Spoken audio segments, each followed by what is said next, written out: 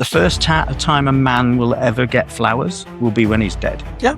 Big boys don't cry. Man up. Dry your eyes, mate. They get served divorce papers. What's going on here? 70% of divorces in the US are filed by women. Okay. If that woman has a college education, she has a degree, that rises to 90%. Men sobbing down the phone, literally sobbing. How many men are in relationships that they absolutely hate completely and utterly, and they just can't see any way forward? I'm your host, Daniele, and this is The Sage and the CEO, the show where we explore leadership, growth, and the questions that shape how we show up in the world. Welcome to The Sage and the CEO podcast. I wonder whether your experience in the army makes you more prepared for things? Because I was in the Air Force. Yeah, so the Army, Navy and Air Force. Yeah, there's always a competition between the three services. And we've all got our own views on how good the other lot is. It did prepare me. I suppose the big difference is the sort of Navy. My dad was in the Navy and I did look at joining the Navy and then didn't. I never thought about joining the Army, I would have to be completely honest. But I guess the big thing is, yes, it did prepare me for a lot of things. There aren't many things that make me raise my eyebrows anymore because I've seen so many things. I've seen things that people shouldn't have to see. I've seen lots of good things. But when people bring you problems and, when you're faced with something unexpected, I think, and particularly in today's society, I think there's an awful tendency to sort of panic. I sort of go, okay, and what? Because some of the things that I have seen and experienced have you just go, okay, nothing you say or do is going to faze me at all. So it doesn't really matter. Going back to the three services, yes. When I was being deployed to Afghanistan, it was just after 9. So we were the first Air Force people in fact, the first UK military into Afghanistan. And I said to my boss at the time, I said, because in the Air Force has a reputation for hotels. So the Army do tents, the Air Force stay in hotels. And when I was flying, that was the case. I nearly always stayed in a hotel or, the officer's mess or whatever it was, right? So you go, okay, fine. And I got this deployment notice at very, very short notice. I had a specific set of skill sets that they wanted in theatre. And I went, okay, fine. It was a surreal conversation, but I said to my boss, I said, I don't do tents. Well, I tell you now, when I got there, I'd have been thankful for a tent, because it was pretty grim. So it requires a lot of adaptability. Yeah, I mean, when you turn up somewhere, it was like World War II British Tommy goes to war, completely ill-prepared for what we were to face. And I don't mean that specific. There were some issues with kit and stuff like that was just ridiculous. I mean, we staged through Cyprus on the way. For some reason, they issued us with solar shower bags. The warrant officer supplier was so pleased. He said, I've issued these to a few people. He said, and they've all come back and said they've been really useful, a solar shower bag. And I went, okay, fine. And at this point, we didn't actually know where we were going in Afghanistan. So we didn't know where we were going. So I had two sets of kit, Arctic kit, hot weather kit, because we didn't know where we were going.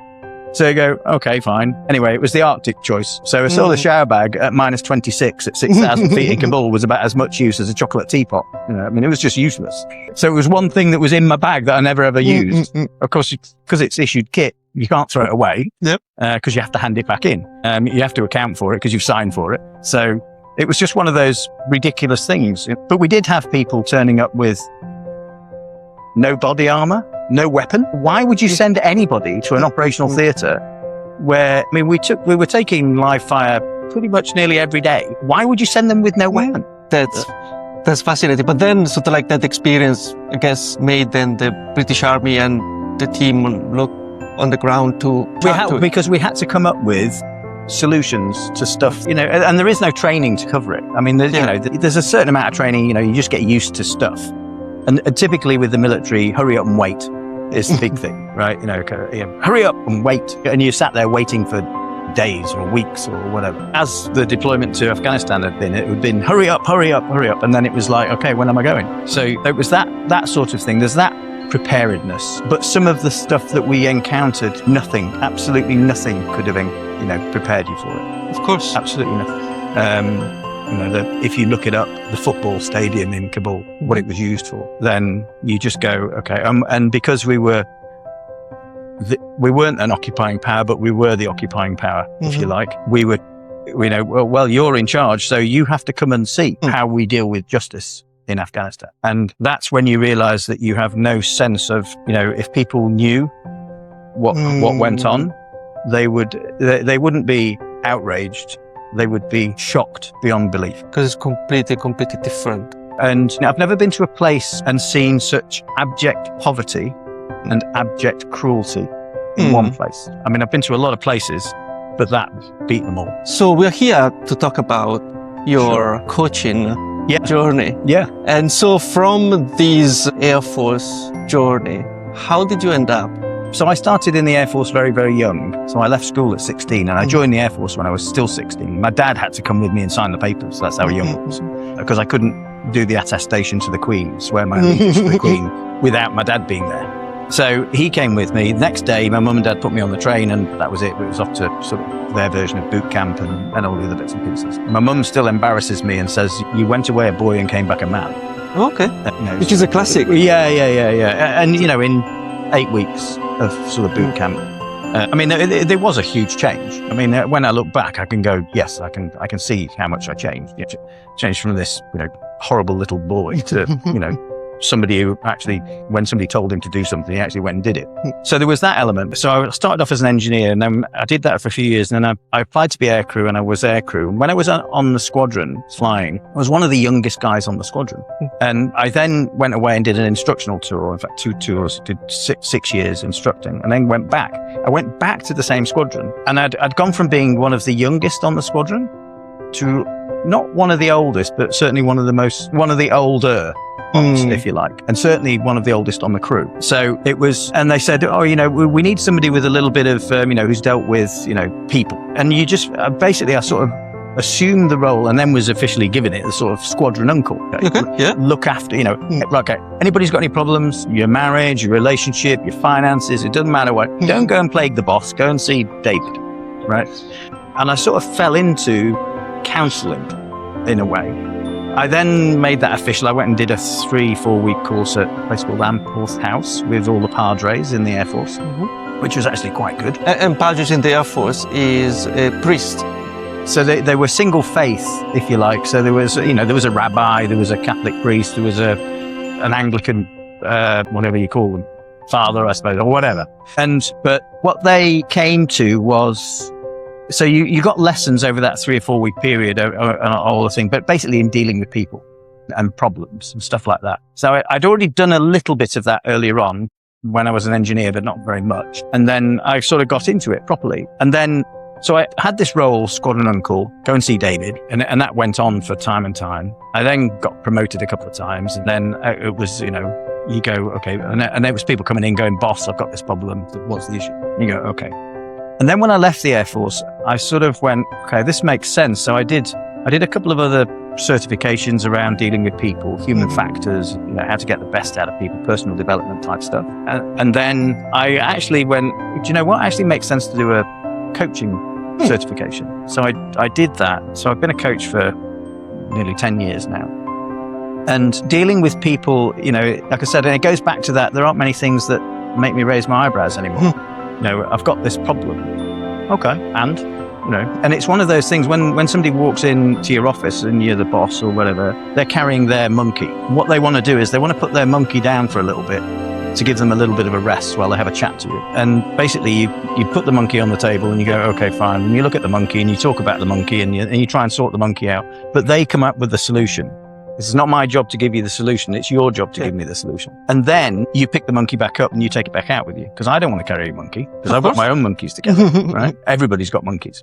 So it's just one of those things where you just get into that routine. So I did transformational coaching. And that was sort of like personal development and coaching executives and stuff like that. And then just fairly recently, actually, it sort of came up and I started with this company and it was dealing with men's relationships. And I don't mean men with men, although there were men, but marriage relationship, really. And what astounded me was the fact that how many men are in relationships that they absolutely hate completely and utterly. And they just can't see any way forward. And the relationship's broken. And it can be for anything. And it's not because men are men and women are women. It's because they've fallen into the wrong way of looking at stuff. And there are so many, and for as many men, there are as many women in broken relationships. I get that. This is not just about men. But it was to have men sobbing down the phone, because it was all online, literally sobbing, breaking down. It was, it's one of those things where you go, there's so many things where you go, gosh, why are people like that? Why are, people are and some of them have been married a long time. Some of them hadn't, not very many. The vast majority had been married, so let's say greater than 10, 15 years. Some of them, I spoke to one guy, he was in his 70s, he'd been married 50 years, but he just got to a point where he just went, I can't carry on like this. So why did it take so long to come to that realization? And why was he so broke? Why was the relationship so broken? When we talk about men in relationships, what are the patterns that you see that men, let's say, make mistakes on, or they should think a bit more? So there's a number of things actually, and there was something that really hit home yesterday. I saw it on one of the social media platforms, and it was a young lady, and she was asking. He wasn't an old guy; he was just he was maybe 30, 40 or something. But she said, "What's your biggest realization that you've come to?" He sat and thought about it for about 30 seconds, and he said that the first time a man will ever get flowers will be when he's dead. Yeah, and that's true, because we're expected we're told, certainly generational, I was, big boys don't cry, man up, dry your eyes, mate, because it's viewed as vulnerability is viewed as a weakness, not as being vulnerable. And we tend not to ask for help. We're particularly rubbish at communication, or we tend to do. And when we have, we might go to the pub or the bar and go and talk to people, and, we talk to our friends, I've got a group of guys that I sit here with and I'll drink, but we'll talk about football and we'll talk about stuff, work, surface level type stuff. We'll never talk about our relationships, never, in a month of Sundays. And I think that's the significant, if there is a difference between men and women, I think that's the difference. If men we tend to suppress it. So you asked about the different things, how it manifests itself effectively. So you end up with guys that are either, they become Mr. Nice Guy, where they try to do stuff, but they're surface level transactional stuff, like they're doing the dishes, they're washing, they're looking after the kids, and blah, blah, those sorts of things. But they're not actually listening to what's going on in the relationship. They think they're doing a really good job, and it blindsides a lot of guys when they get, 70% of divorces in the US are filed by women. Look, if that woman has a college education, she has a degree, that rises to 90%. That's impressive. Right? So most guys have no clue it's coming. And they get served divorce papers, and they're like, what's going on here? They have no clue. And hence the reason why they phone up and they're in tears. Of course. Completely blindsided. There's the nice guy who tries to do everything. Then there's the needy, chasing guy who realizes that something's not quite right. Because when there's something not quite right with the relationship. And then you're chasing but when you become chasey and needy, that has the opposite effect. It pushes them away. You're desperately trying to work out how to get them to love you again, because you want things to go back to the way it is, right? You've been served papers, for example, and you instantly become chasey and needy. And what that does is it does exactly the opposite. And then there's the suppressed, angry guy. If you live with somebody and you love somebody, you know somebody well enough, you might think that you're hiding your emotions. You've had an argument, right? And the typical response is, I go quiet and back away because I want to keep the peace. The last thing I want to do is explode. Right? I don't want to rock the boat. A classic phrase that has been said to me so many times, right? I don't want to rock the boat, right? I feel as if I'm walking on eggshells. Yeah, right? That's another one. Okay, that's another one, right? So we suppress it and we back away to keep the peace. But that also has exactly the opposite effect, because you have to confront the issue. And I don't mean, in an angry way or whatever. The problem is when you suppress things and you think you're hiding your emotions really well, but your partner can tell instantly that there's something wrong. Right? When somebody's not in the right frame of mind, it's one of those things. Hang on, he's gone deep and silent again. He's seething. I can see he's seething inside. And the problem is then they don't know when are you going to explode? Because you will. eventually. Yes. Right. And it's like a ticking bomb. So you just go, okay. And the problem is then there's no emotional safety. What do you mean by emotional safety? There's no, so your partner, she doesn't know when you're going to explode. Understood. So then she starts tiptoeing around, trying not to, I can go one of two ways. You can either do the opposite or go tiptoeing around, but to try and keep the peace, to try and keep you calm. And then of course, the issues never get discussed. They never get mentioned. They never get talked about. So then that's the road to ruin. Yeah, and this sounds like a diagnosis of the problem in the relationship, or to a degree. So the diagnosis is usually in the first 5 minutes. yes. Right. So the question is what do you see as the biggest single challenge in your marriage or relationship specifically? That's a good question. Right. That's the opening line. That's the question. And it's usually trust, communication, lack of respect. Yeah. Those three. They're all interlinked. They're very difficult to separate, but generally you can narrow it down to one of them it's predominant. Okay. So lack of respect. I mean, I had one guy say to me, she treats the dog better than she treats me. Yeah. So if that's somebody that's been in a marriage or a relationship for 15 years and they're in their 40s, do they want to do another 20, 30 years? Like that? Like that? You mentioned 40s, and reminder like a conversation that we had a couple of days ago. Is there something that happens around 40 that drives a bit? Yeah, so this is Jungian theory, right? So Carl Jung was an oppo of Freud. They were big friends and then they had a fallout because Jung didn't agree with the sort of the sexual nature of everything that Freud sort of said, this is because of X, Y, Z sexually. So Jungian theory is that basically there are several periods in your life when you develop. So the first influence is the first 5 years or so. Yep. Your mother is the biggest single influence, usually. And then it transfers a little bit to your dad, if dad is present. And that's a systemic problem now because so many fathers aren't present. So there's a lack of influence, a steadying hand, if you like. And look, not all fathers are steadying hands, don't get me wrong, because some are dealing with their own problems from their own childhoods. Yeah, of course. So that's a big issue. But the core issues are the different transferences of your nature.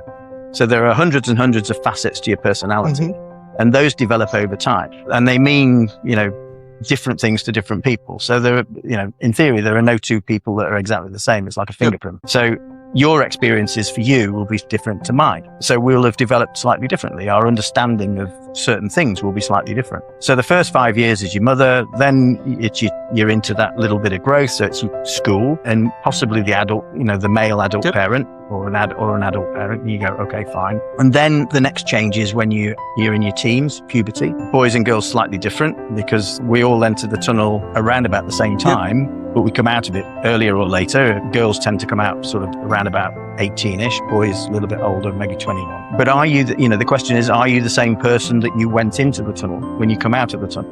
No, you're not, because you'll have been affected by all sorts of different things, influences of friends and society and all the other bits and pieces. You will have formed different opinions. And then you have a period of stability. And then you sort of, you might get married. So there'll be, children, stuff like that. So they'll affect your personality. They'll affect you or how you behave. And we all wear masks, right? We have the dad mask, the parent mask, the I'm shopping with the kids mask, whatever it is, all those different masks, the work mask that we present. So we wear those masks but then underneath there's that personality changing. And Jungian theory, the next change is around about the 40s, which is, and it's become labeled as midlife crisis. Men and women go through pretty much the same thing. The thing is, for men, is it seems to stand out because there's such a big change, if you like. Okay. They go buy a fast car or a motorbike, all those ridiculously stupid things. And it's basically trying to relive your childhood. And especially if you've been married, got kids and had lots of responsibility, been in a job. And it's that period where, hang on, before I get too old, I need to live life. That's so interesting. I'm 40 this year, and I can really see that reliving the childhood, kind of like desire of going back. And typically now that then, going back to the coaching bit and the relationships, then affects the marriage, because the guy is all of a sudden changing. The wife goes, what the hell's going on here? Who's this guy? This isn't the guy I married. And it causes issues. So the next change is when you get to sort of retirement, I'll say retirement age.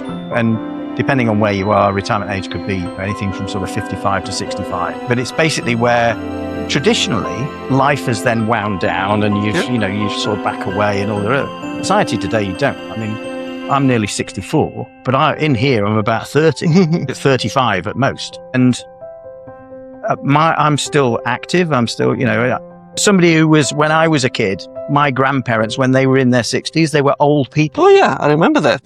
They were old people. They dressed old. They, they never did anything, sat in the living room drinking tea and stuff like that, right? Now, somebody in their 60s, 70s, there's no way they're going to do that, right? They don't dress like an old person generally.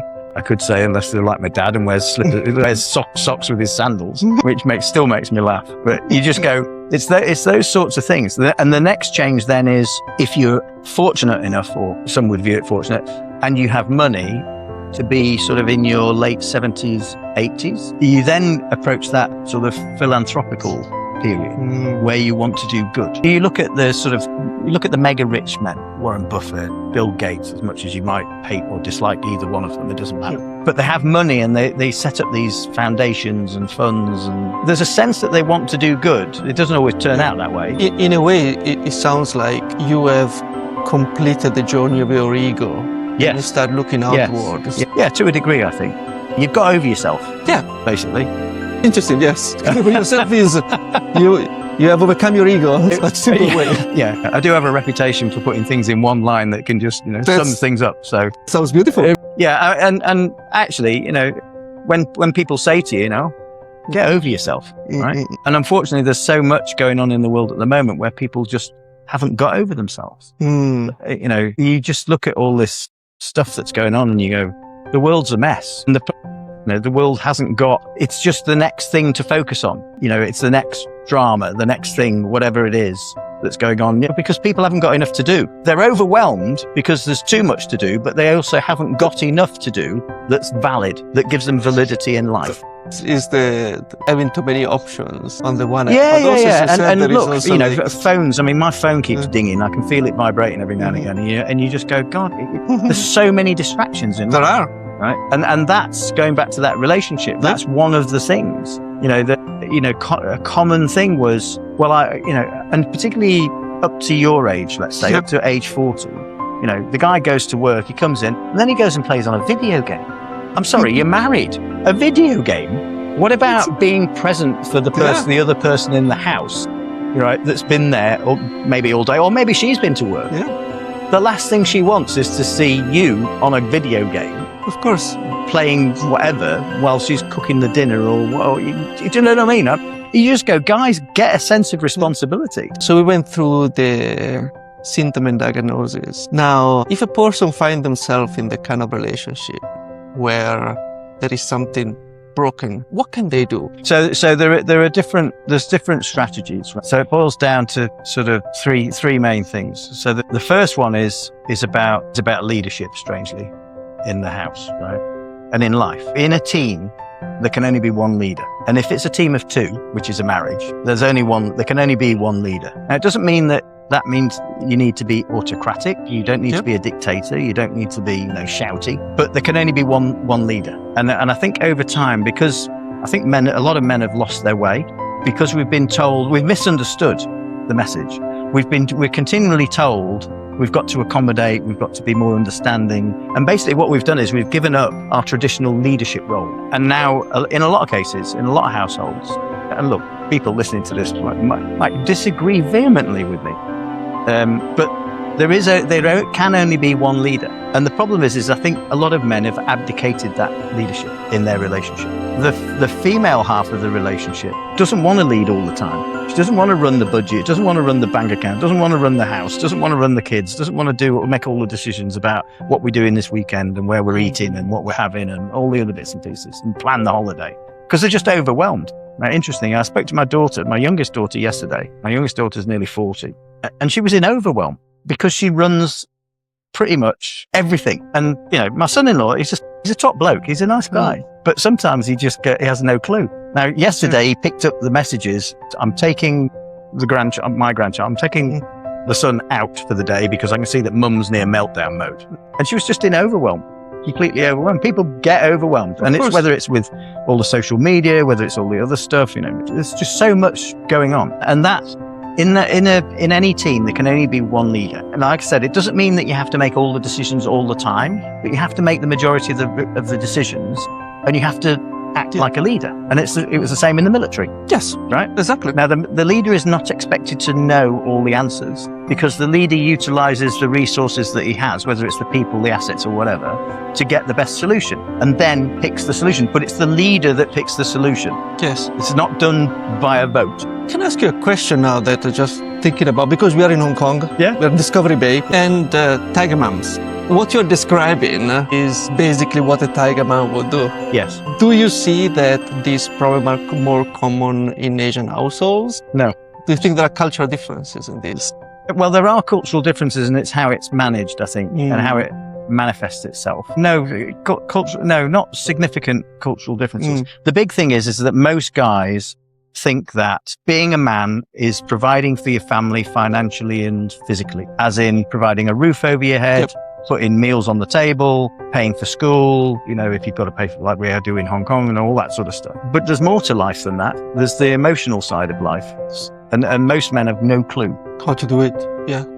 So the first thing is the leadership. The second thing is then the emotional bit, providing the emotional safety so that your wife, your girlfriend, whatever, your partner feels safe enough to be able to broach a subject without being told, don't be stupid. And how do you have a practical exercise or something that people there are. There's all sorts of, there are processes. Okay. And look, if you've been married 20 years, you're not going to fix it in a week. Of course.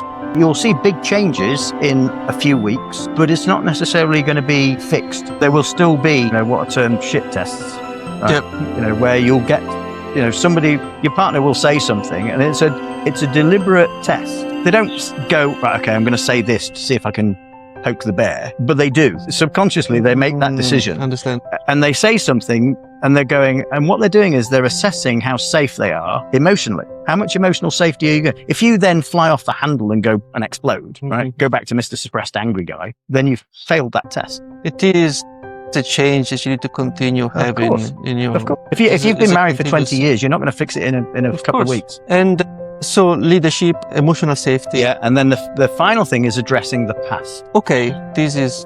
Okay, so tell me more. So addressing the past, actually, over a period of, I'll say several weeks, sitting down and honestly, and this is a huge reflection bit. Right? This is the bit that needs the coaching. So, and this is where the coaching becomes critical. Thinking back, what things, so it goes back to that, what do you see as the biggest challenges specifically in your marriage right now? Trust, lack of respect, communication. Okay, think back to trust. When did you break the trust, and how did you break it? And it can be anything. It doesn't have to be something dramatic like an affair.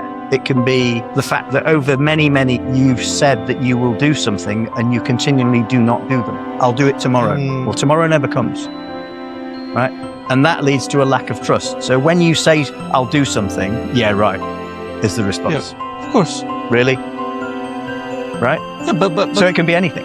Of course, breaks the trust, breaks the credibility, breaks your role as a leader. Correct. Exactly. So what you have to do then is you have to reflect over, like I say, it takes a few weeks, but basically you have to reflect and you have to write down what you did and how you broke the trust and how you can see that broke, honestly, how that broke the trust. And you basically, you give that process and you actually do write it down. And you don't type it out, you handwrite it. So it takes many iterations to get it right. And then you give that, and you're writing a letter. And it's a letter of mea culpa. Yes. And basically you're falling on your sword to your partner going, look, honey, I screwed up and I know it. I know I can be better. I want to be better, but I need help to be better. That's so interesting because, again, every relationship has got their own problems. Some more, some big, some... Even the best relationship. And exactly, and I feel I'm getting a lot out of this conversation. With my personal life, let's put it that way. Well, like I said last time, I'll just send you the invoice. Exactly. So if a couple, and specifically a man, goes through this, do they manage to repair the relationship? Most of the time. Most of the time. Yeah. Sometimes it's irrecoverable because it's too far. And then then the coaching turns to dealing with divorce I see. rather than trying to retrieve the relationship. I mean, at the end of the day, the other party has to come to the table. Of course. Right. And the key thing is the demonstration of leadership is the first thing, right? So I had a guy, it was a few weeks ago, and he spoke to me after I'd sort of rejoined the program. And he phoned me up and he said, David, I've just had a really interesting conversation with my wife. And I said, oh, really? He said, yeah. He said, we sat there one day at breakfast. He said, yesterday at breakfast. And she deliberately gave him a shit test. And consciously, she said something that she knew that normally he would blow up at. And he didn't. And he came back with it was a coached reply. Okay, fine. So it might have come across as maybe not completely natural. She turned around and she said, who the fuck are you? Where's my husband gone? Where's this guy? Who are you? Where's this guy come from? Where was this guy for the last 30 years? Okay. So I guess that is also entering an interesting topic for me, which is, now suppose a man goes through these changes, but then the other partner says, wait a second, the person is different. So the person that I've been married to, as you mentioned in this example, they might say like, who is this person now? Yeah. Is that like how do you see that? So one of the discovery questions, we've got that very core question right at the beginning. So one of the discovery questions is, what do you want the relationship to look like? If you had it how you wanted it, what would it look like? And it's not just, we'd be going on holidays and we'd be doing this and, what feelings would that generate? Joy, happiness, love, wanting, need, all those things. And when the guys answer that question, I actually end up smiling because I asked them to paint a picture, and it paints such a brilliant picture of cohesiveness and being, of what the perfect life in that guy's mind, what that looks like. Generally, they're all pretty similar, and sometimes it's really simple, like it was when we first started. Because when you first get together, the other half of the partnership saw something in you that they thought, this is the one. I want to spend my life with this person. And the core doesn't change. And over change. time, that changed. So it's sort of like it's going back to that. Yeah, I want to be like that person again. That's quite often the answer. I've been that person, but I've forgotten how to be that person because I've let all the other shit get in the way. So this has been fascinating. And I know that the more I stay, the more then you will invoice me. But I know that so many other men have this kind of relationship. Problems would like to be helped. And especially in Hong Kong, probably people are not that open to be vulnerable. I don't know whether that's true. That's so much true. I think there are cultural nuances. Hong Kong, much like a lot of Asia, really. I mean, do you know your neighbours? No, I don't know my neighbours. No, I don't know mine either. No, because as soon as your apartment door shuts, that's it. Right? You never see anybody. So, and that's, I think that's the cultural difference, because so many times we don't see them. We might see them in the lift. Yep. If we live in a high rise, most people do in Hong Kong, we might see them maybe at the shop, possibly. We might go, hello, but we won't have those deep conversations. Oh no, never. And strange, actually, when I look back at my time in the UK with my neighbours there, I can still remember the next door neighbour's name, John and Anne. I can still remember them. We used to have really good conversations. I mean, it might have been over the fence with a cup of tea or with a beer or whatever. But it was, we were just talking about life in general.